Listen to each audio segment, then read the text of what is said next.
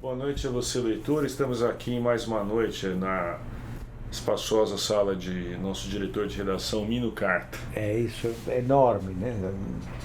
Não dá Ah, para descrever o quanto é grande. Lembra-me um pouco a sala que Mussolini ocupava no Palazzo Venezia.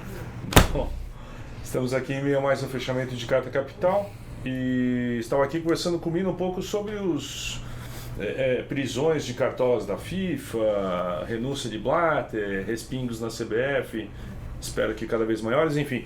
Como você está vendo essa situação toda, Mino? Fala para o nosso Não, discípulo. uma coisa que eu tenho observado, naturalmente, me agrada muito tudo o que está acontecendo, mesmo porque esse foi um tema que eu sempre levantei ao longo da minha carreira jornalística, por onde passei, e que Carta Capital também levantou com muita veemência, inclusive chama a atenção de quem nos vê e ouve nesse momento, que há 3 semanas exatamente nós tínhamos, de certa forma, antecipado o que viria a acontecer. Sim. Né? Então, seria uma espécie de furo, um furo determinado pela intuição, talvez. Premonitório. Sim, premonitório, isso, quase profético. Mas, então, o assunto sempre me interessou muito, sempre me chamou muita atenção, achei é uma coisa importantíssima e nem se fale para o Brasil, a se considerar como o futebol é um esporte mais amado, né? Então, tudo bem. O que está acontecendo me interessa e me agrada. Espero que se chegue até as últimas consequências nesse esforço todo. Agora, chama-me a atenção, isto sim, que o FBI se preocupe exclusivamente com o problema da lavagem de dinheiro.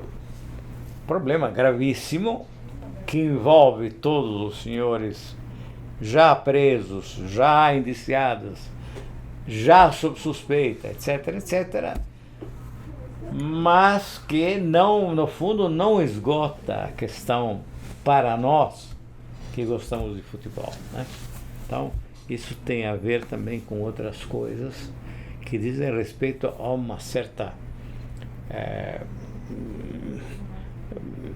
bandalheira que existe em várias instâncias da prática do bolípodo, né?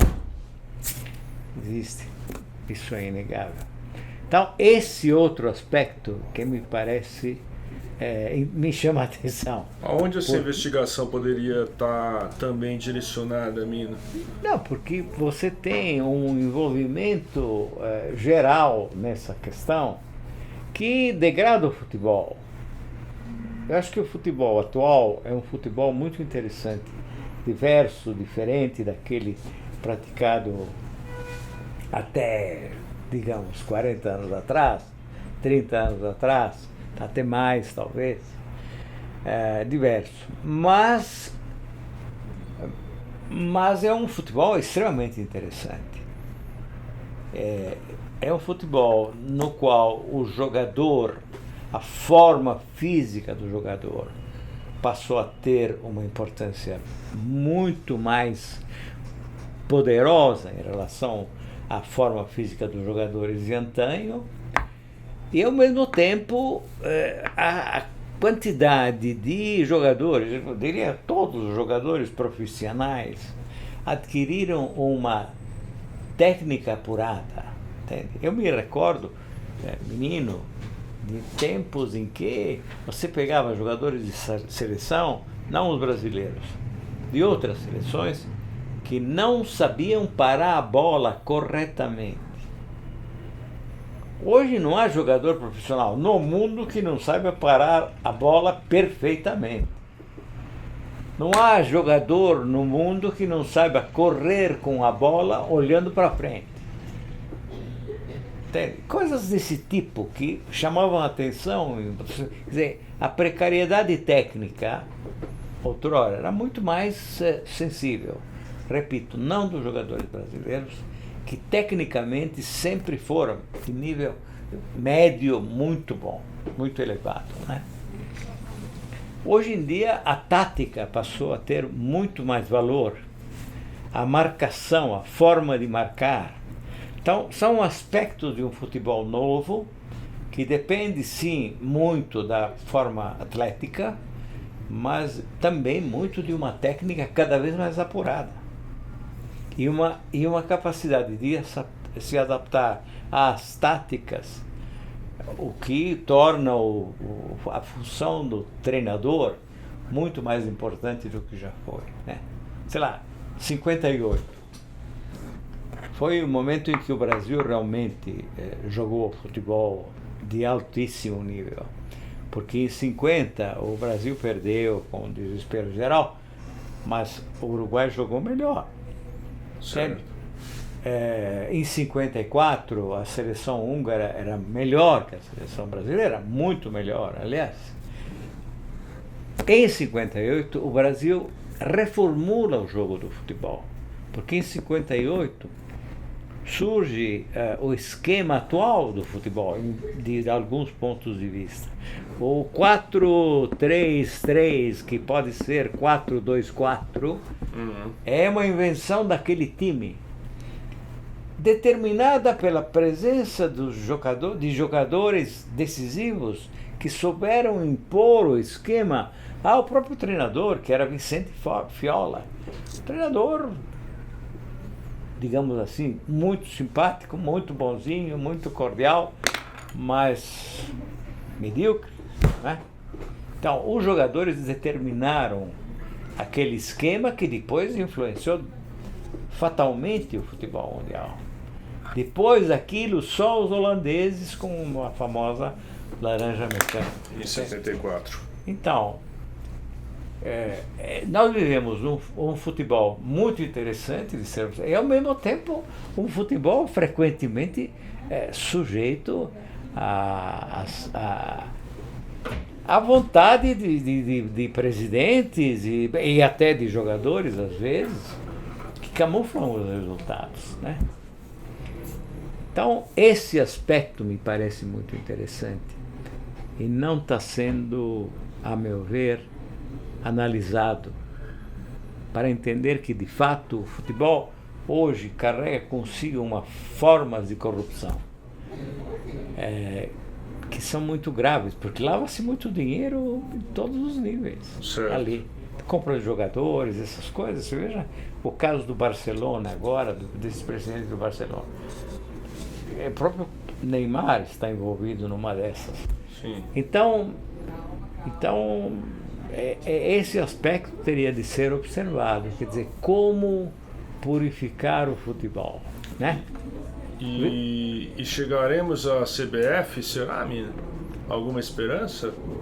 Não, esperança total. A essa altura, me parece que eu acho que chegaremos à CBF. A única dúvida que eu tenho, essa CBF, evidentemente, porque acho que o Del Nero será atingido, é óbvio, não há como escapar. Agora, o que não sei imaginar de que forma poderá ser atingida também a Globo, né? Que está envolvida nessa coisa de uma forma brutal, evidente, transparente. A Globo é determinante no caso do futebol brasileiro, sem contar que os jogos noturnos têm que obedecer às vontades da Globo em relação à duração das suas novelas, só depois que termina a novela da Globo pode se jogar no Brasil. São coisas inenarráveis, né? O poder da Globo nesse país é uma vergonha para todos nós. A vergonha é real. Nós teríamos de jogar cinza em cima das nossas cabeças. Agora, eu estava pensando, por exemplo, Avelange. Quer dizer, como lavador de dinheiro, como inventor de métodos discutíveis para se manter no poder, né? O Avelange foi um manipulador de resultados de mundiais. 4 anos depois de empossado na presidência da FIFA, ele fechou um acordo com o Videla, ditador da Argentina, para que a Argentina ganhasse o Mundial de 78. Vocês são muito novos, mas você não sei se vocês já recordam aquele 6-0 que a Argentina impôs ao Peru. Aquilo foi um jogo combinado. Quem estava por trás disso? Avelange. Para agradar a quem? A Videla. Isso é uma história absolutamente verdadeira. Mais tarde, em 94, outra obra-prima do Avelange. Ele expulsa do Mundial, depois do terceiro jogo da seleção argentina, Maradona. Por algo que todo mundo sabia, todos sabíamos.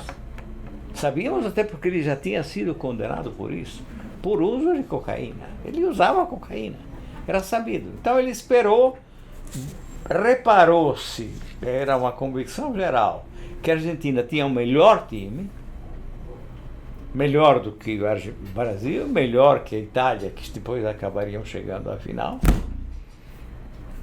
E aí ele expulsou Maradona. Olha aí, usa cocaína. Ele sabia que qualquer exame que se fizesse em cima de Maradona, acusaria o uso da substância. Acusaria o uso da substância. Esse é outro lance inventado, criado pelo senhor Avelange. E tem naturalmente, uma das obras-primas é a criação do Blatter como substituto e a elevação de Blatter à presidência, né? Blatter, que logo mostrou seu talento, porque a roubalheira e bandalheira do Mundial de 2002 é algo monumental. Por quê? Primeiro, por que escolheu-se Japão e Coreia do Sul? Porque tinha ali duas federações que votavam a favor do Avelange ou do Sr. Blatter. Votavam inevitavelmente a decisão tomada pelo capo de tutti capi naquele momento. Então, campeonato ali. É como a história do Catar, que provavelmente, suponho, imagino, não será mais a sede do Mundial de 22. É como a escolha do Catar. É a mesma coisa, são essas jogadas. Então, o que era necessário fazer naquele Mundial? Era necessário que Japão e Coreia do Sul chegassem o mais longe possível, dentro de um mínimo de possibilidade de enganar o espectador, né? Então, o que se fez? Cuidou-se de eliminar o mais logo possível, o mais rapidamente possível, Itália, Espanha e Portugal. Os três tinham times fortes, times candidatos. Mas isso ficou diante dos olhos de todos. Não digo que aquele campeonato tenha beneficiado de forma determinante o Brasil. É perfeitamente possível que o Brasil ganhasse de qualquer maneira. Mas era uma garantia preliminar. O jogo que eliminou a Itália, que já tinha sido, digamos assim, alvejada por arbitragens desgraçadas. Por quê? Porque a Federação Italiana sempre votou contra a Avelange, como votou sempre contra Blatter. Então, ela já tinha sido alvejada por uma arbitragem muito duvidosa, na arbitragem final, que a eliminou no jogo contra a Coreia do Sul, o juiz Moreno, mexicano, que depois seria condenado até por tráfico de entorpecentes, de cocaína e outros bichos do mesmo raiz. Então, o Moreno conseguiu transformar um pênalti em Totti na expulsão de Totti, que era o melhor atacante da Itália. Conseguiu transformar isso num jeito de tirá-lo. Sim, simulação. Foi um pênalti clamoroso. O senhor sabe-se, por A e mais B e por até Z, que o senhor Moreno foi comprado, foi indicado para fazer esse serviço. Assim como a Espanha foi roubada de uma forma, num jogo sobretudo, foi roubada de uma forma escandalosa, e Portugal também. Isso era algo que Avelange sabia executar, e depois Blatter soube. Bastante bem. Não, mas de uma forma impecável, de uma forma magistral. Era uma jogada. Todos esses aspectos me parece que deveriam vir à tona. Quer dizer, a possibilidade que esta gente tem de determinar resultados. Né? Como o Mundial da África do Sul. Políticas, claro, a África do Sul, por exemplo. Por que a África do Sul? Né? Porque houve ali um jogo de propinas infindável, monstruoso. Então, essas questões, eu acho que ainda deveriam ser levantadas para entender como funciona, como funcionou e como poderia, infelizmente, continuar a funcionar. Né? E como tudo isso facilitou, de alguma forma, uma degradação do futebol, que é um esporte muito bom de se assistir e do qual eu gosto muito. Tá certo. Obrigado, Mino. Saúde.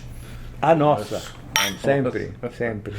Muito boa noite a todos que nos assistiram, e a partir de sexta-feira, Carta Capital está circulando aí em todas as bancas, celulares e tablets do país. Obrigado.